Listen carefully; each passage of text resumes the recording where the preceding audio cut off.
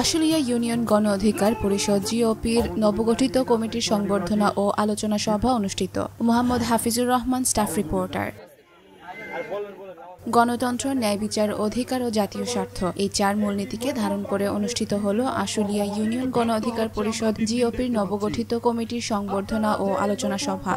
শুক্রবার বিকালে রাজধানীর উপকণ্ঠ আশুলিয়ায় কাঠগড়া বেঙ্গল মোড় এলাকায় আয়োজিত এই অনুষ্ঠানে সভাপতিত্ব করেন আশুলিয়া ইউনিয়ন জিওপির আহ্বায়ক মোহাম্মদ আনিস। অনুষ্ঠানে প্রধান অতিথি হিসেবে উপস্থিত ছিলেন গণ অধিকার পরিষদ ঢাকা জেলা আহ্বায়ক ও ঢাকা 19 আসনের সম্ভাব্য সংসদ সদস্য প্রার্থী অ্যাডভোকেট শেখ শওকত হোসেন ফরহাদ।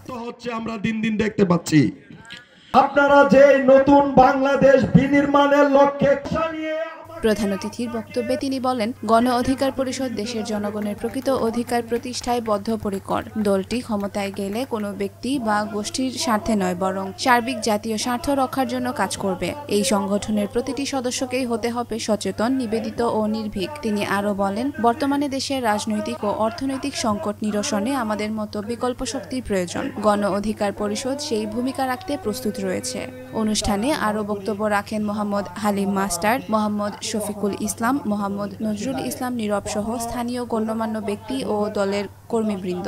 আলোচনা সভায় নবগঠিত কমিটির সদস্যদের ফুল দিয়ে শুভেচ্ছা জানানো হয় এবং আগামী দিনের সাংগঠনিক কার্যক্রমকে শক্তিশালী করতে একযোগে কাজ করার অঙ্গীকার করেন সকলে। আবার একটি দল দেখা যাচ্ছে যে ওই ডায়লগ তারা ওই রকম একটি ক্ষেত্র তারা দেখাচ্ছে।